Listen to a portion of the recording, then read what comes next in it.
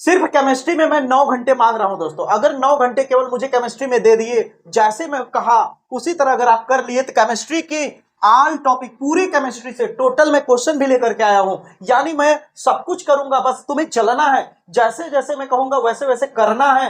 आपकी केमिस्ट्री की पूरी तैयारी होने की गारंटी मैं लेता हूं।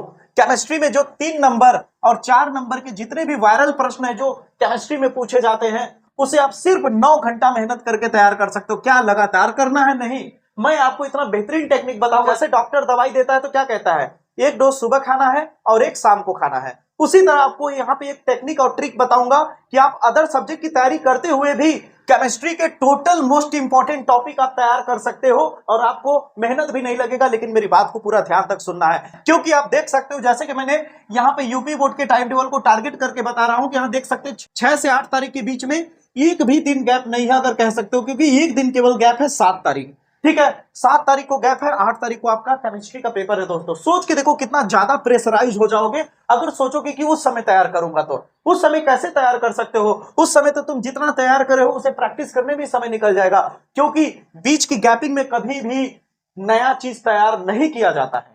क्योंकि एक नया चीज तैयार करने में आपका 2 से 3 घंटा ले लेता है। अगर मान लीजिए कोई बड़ा सा टॉपिक आप तैयार कर रहे हो, 1-2 घंटा तो ऐसे ही चला जाएगा, एक दिन तो ऐसा ही निकल जाएगा। नहीं, उस गैपिंग में आपको केवल रिवीजन करना है दोस्तों। क्या करना है? रिवीजन। तो यानी आपके पास जो मैंने पिछले टाइम टेबल में बताया था, पिछले स्ट्रेटेजी प्लानिंग जो बताया था मैंने, उसमें बताया था कि आपके पास 17 तारीख तक केवल मौका ही है फिजिक्स केमिस्ट्री तैयार करने का। क्योंकि जैसे ही 18 तारीख आएगा, 18 तारीख आने के बाद आपका दिमाग अपने आप, ये साइकोलॉजी कहता है कि अपने आप आपका दिमाग हिंदी की तरफ भागने लगेगा, न चाह के भी। न चाह के भी आपका मन हिंदी की तरफ जाने लगेगा, क्योंकि अरे यार हिंदी बहुत नजदीक आते जा रहा है, अब क्या करें, डर बढ़ता जाएगा। अब हिंदी का चिंता आने लगेगा दिमाग पे, तो फिजिक्स केमिस्ट्री अपने आप तैयार नहीं होगा। और सब एक दिन ऐसा होगा कि खिचड़ी हो जाएगा, अब कुछ तैयार नहीं हो पाएगा, और अंत में आप यही कहोगे जो हुआ होने दो, जैसा जाएगा जाने दो, पेपर देख लेंगे जो होगा। क्या देख लेंगे? देखना इसी वक्त है जो 4 से 5 दिन बचा हुआ है। तो जो बता रहा हूं ध्यान से समझिए। अब केमिस्ट्री में डरने की जरूरत नहीं है, डर खत्म कर लो, मैं हूं ना, मैं बताऊंगा केमिस्ट्री में क्या करना है, कैसे करना है। समझो पहले, आपको जो भी मैं क्वेश्चन दे रहा हूं, ये सारे क्वेश्चन आप देख सकते हो स्क्रीन पे, आपको चल रहा होगा, बहुत ही वायरल प्रश्न है। सारे क्वेश्चन मैं छाट करके लाया हूं, इससे बाहर से कहीं भी क्वेश्चन परिभाषा वाला नहीं पूछा जा सकता। जितने भी आपके डेफिनेशन वाले क्वेश्चन आएंगे 3 नंबर और 4 नंबर के, वो इन्हीं में से आएंगे दोस्तों, ये यकीन मानिए, भरोसा करिए मेरे ऊपर। तो जैसे मैं बताऊं वैसे समझिएगा। सबसे पहले तो आप देखिए, आप एक दिन में आप कुछ भी तैयार करें, फिजिक्स कर रहे हैं, फिजिक्स का डेरिवेशन तैयार करें, न्यूमेरिकल करें, केमिस्ट्री का कोई टॉपिक तैयार करें, वो अलग चीज हो गया। लेकिन इसके जो ये जो क्वेश्चन मैं बता रहा हूं, इस क्वेश्चन को कॉपी में एक साइड में नोट कर लीजिए, और आप सुबह शाम जैसे गोली खाते हैं उस तरह इसे खाइए। एक दिन में 2 टाइम आपको इसको तैयार करना है, और एक दिन में याद रखिए यहां पे आपको 25 वायरल क्वेश्चन दिखेंगे। कितने?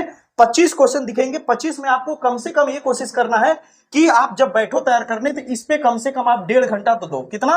1.5 घंटा। एक बार जब 1.5 घंटा तुम बैठोगे तो क्या 3 प्रश्न भी तैयार नहीं कर सकते? क्या आपकी इतनी भी कैपेबिलिटी नहीं है? क्या आपकी इतनी भी क्षमता नहीं है कि आप आधे घंटे में एक प्रश्न तैयार ना कर सको? 100% कर लोगे मेरे भाई। अपने अंदर झांको, अपनी काबिलियत को पहचानो, हो जाएगा। और बता दो, जो बहुत लोग कह रहे हैं कमेंट बॉक्स में कि सर मुझे डर लग रहा है, मैं क्या करूं, डर लग रहा है क्या करूं, ओवर थिंकिंग मत करो मेरे भाई, सोचने में ही समय निकल जाएगा। और सबसे बड़ा दुश्मन तुम्हारा सबसे बड़ा मन है मेरे भाई, क्योंकि मन हमेशा कहता है कि मत पढ़ भाई, अभी शाम हो गया, अब कल से पढ़ेंगे, अब तो रात हो चुका है, 11 बज गया, अब क्या पढ़ पाएंगे, अरे यार अभी तो यहां जाना है, क्या पढ़ पाएंगे, अरे यार ये करना है, क्या पढ़ पाएंगे। काम कभी खत्म नहीं होगा, परेशानियां कभी घर की खत्म नहीं होंगी, वो सब ठीक हो जाएगा, लेकिन ये दोबारा एग्जाम नहीं आएगा। इसलिए प्लीज मेरी बात मानिए कि ओवर थिंकिंग से बचिए, ज्यादा सोचिए मत, कर डालिए। सोचने वाले कभी करते नहीं, और करने वाले कभी सोचते नहीं, इसलिए ज्यादा सोचिए मत दोस्तों, करना शुरू करिए। तो जैसे मैं बताऊं करिएगा।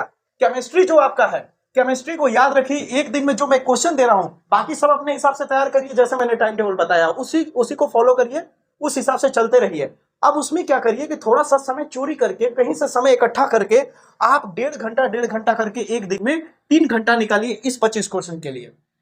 कितना? 3 घंटा। अगर मैं मानता हूं कि 1.5 घंटे के अंदर आप 3 क्वेश्चन तैयार कर लेते हो, जो अभी बताने वाला हूं मैं, तो गारंटी के साथ कहता हूं कि अगर 1.5 घंटे में 3 क्वेश्चन तैयार कर लेते हो, तो अगले 1.5 घंटे में फिर 3 क्वेश्चन तैयार हो गए, यानी 6 क्वेश्चन तैयार हो जाएगा।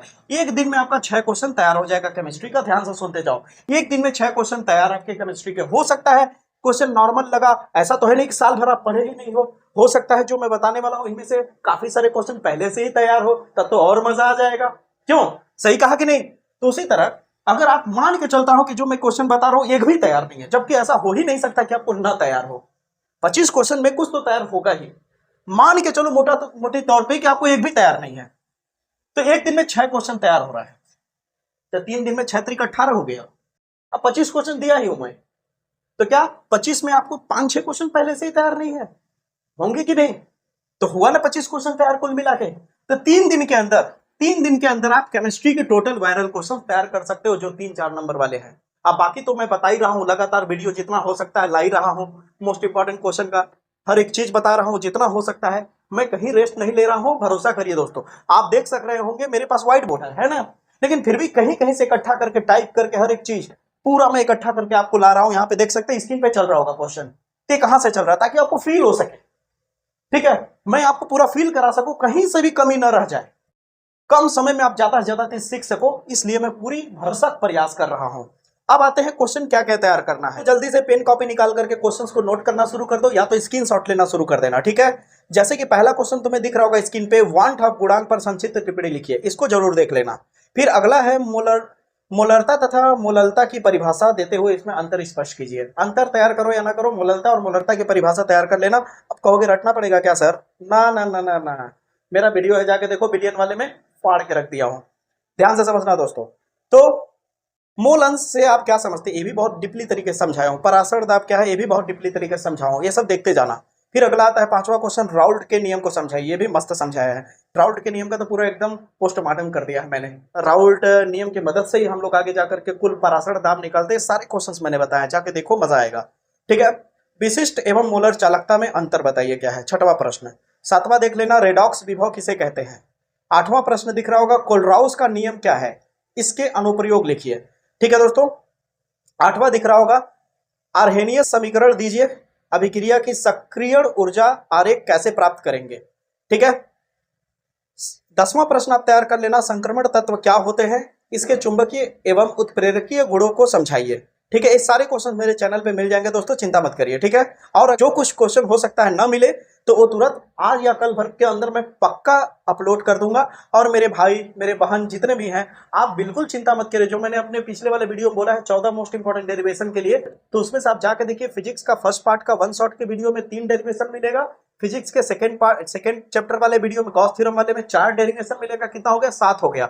और आपका उत्तल गोलीय पृष्ठ वाला डेरिवेशन यहाँ थंबनेल दिख रहा होगा, ये भी मैं करा चुका हूं दोस्तों। संपर्क में रखे लेंस, ये भी डेरिवेशन हो चुका है दोस्तों। x dash is equal to F dash, ये भी डेरिवेशन करा चुका हूं, जैसा कि आपको थंबनेल दिख रहा होगा दोस्तों।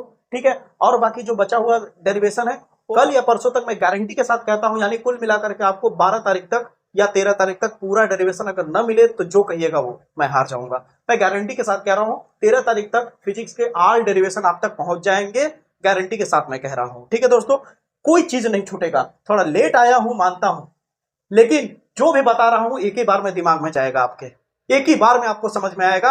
आपको उस चीज को समझने में फिर बहुत ज्यादा समय नहीं लगेगा। तो मतलब तो वही हो गया ना, हम कोई वीडियो बना रहे हैं, बच्चे को समझ ही नहीं आ रहा है, उसको बार बार देखना पड़ रहा है। तो मैं चाहे कितना भी पहले आ जाता, क्या फर्क पड़ता, लेकिन लेट आया हूं, लेकिन फोड़ के रख दिया हूं दोस्तों। बस आप लोग साथ दीजिए मेरा।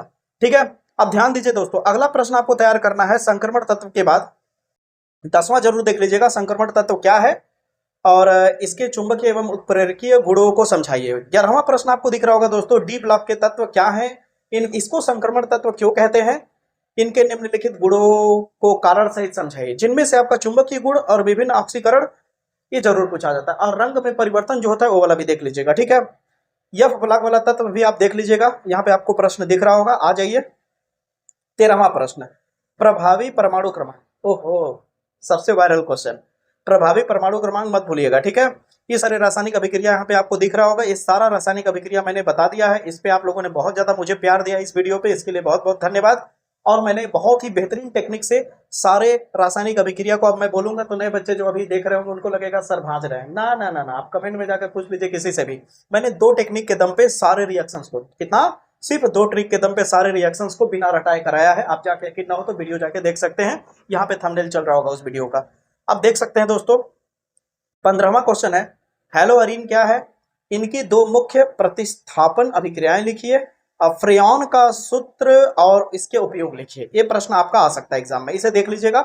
16वां प्रश्न है दोस्तों, हैलोअरीन में इलेक्ट्रॉन स्नेही और प्रतिस्थापन अभिक्रिया की क्रियाविधि का उदाहरण सहित समझाइए। ये वाला देख लीजिएगा। अगर इसे आप नहीं भी देखेंगे, ठीक ना, इलेक्ट्रॉन स्नेही को नाभिक स्नेही भी कहा जाता है, ठीक ना, न्यूक्लियोफिलिक कहते हैं अंग्रेजी में। इसको अगर आप नहीं देखना चाहते तो इसके बदले आप SN1 SN2 देखेंगे तो ये ऊपर वाला अपने आप कवर हो जाएगा। ठीक है दोस्तों, तो SN1 SN2 वाला भी यहाँ पे थंबनेल दिख रहा होगा, आपको देख सकते हैं। इस पे भी बहुत अच्छा मैंने समझाया, उसे जाके देखिएगा। थंबनेल देख लिए तो जाहिर सी बात वीडियो पहचान जाएंगे, ठीक ना। केमिस्ट्री के प्लेलिस्ट में जाएंगे तो पूरा मिल जाएगा आपको सीरियल बाई से। अगला प्रश्न आपको दिख रहा होगा, ल्यूकास परीक्षण पर संक्षिप्त टिप्पणी लिखिए। ये भी देख लीजिएगा, बहुत महत्वपूर्ण इस बार के बोर्ड एग्जाम के लिए प्रश्न है। अब आता है ऐसा प्रश्न जो शायद मैं इसके लिए फिर से चैलेंज लगा सकता हूं कि आना ही आना है। और एक जब केमिस्ट्री का पेपर पलटते जाओगे तो लास्ट में जो प्रश्न मिलेगा बोर्ड एग्जाम में, बड़े मार्क्स वाले 5 नंबर वाले 4 नंबर वाले, उनमें ये प्रश्न देखने को मिलेगा। कौन सा? हार्मोन्स वाला मिल जाएगा, एंजाइम वाला मिल जाएगा, ये सारा प्रश्न। और प्रोटीन वाला इसमें शायद इंक्लूड नहीं किया क्या मैंने, प्रश्न देख लूं एक बार। प्रोटीन वाला नहीं है, प्रोटीन वाला आप लोग देख लीजिएगा, ठीक है ना दोस्तों।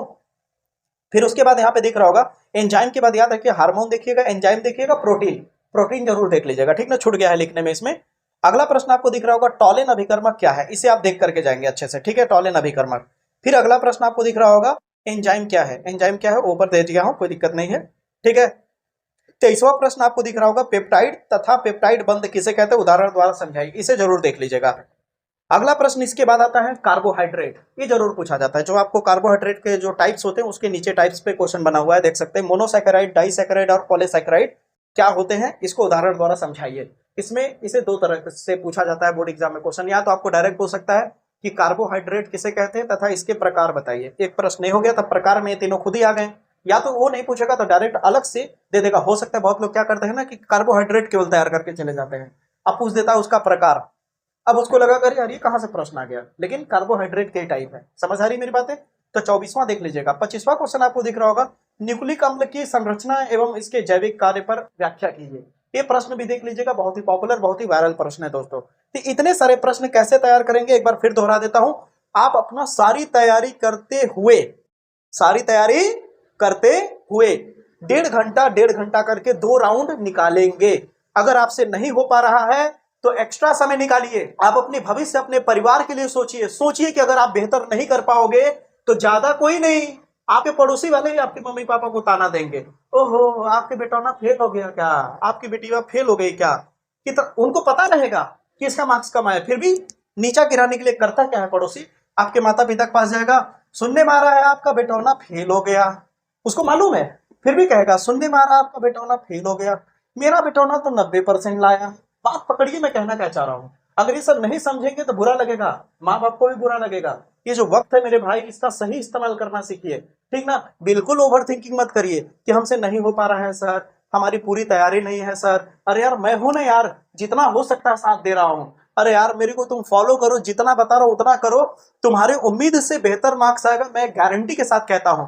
और मेरी बहनें जितनी भी हैं जो मुझे सपोर्ट कर रही हैं, उनका बहुत बहुत धन्यवाद कि आप लोग मुझे इतना ज्यादा सपोर्ट कर रहे हो और मेरे कंटेंट को आप पसंद कर रहे हो। बस इसी तरह अपना सपोर्ट बनाए रहिए। आपका भाई देखिए आगे आगे करता क्या है। जय हिंद, जय भारत।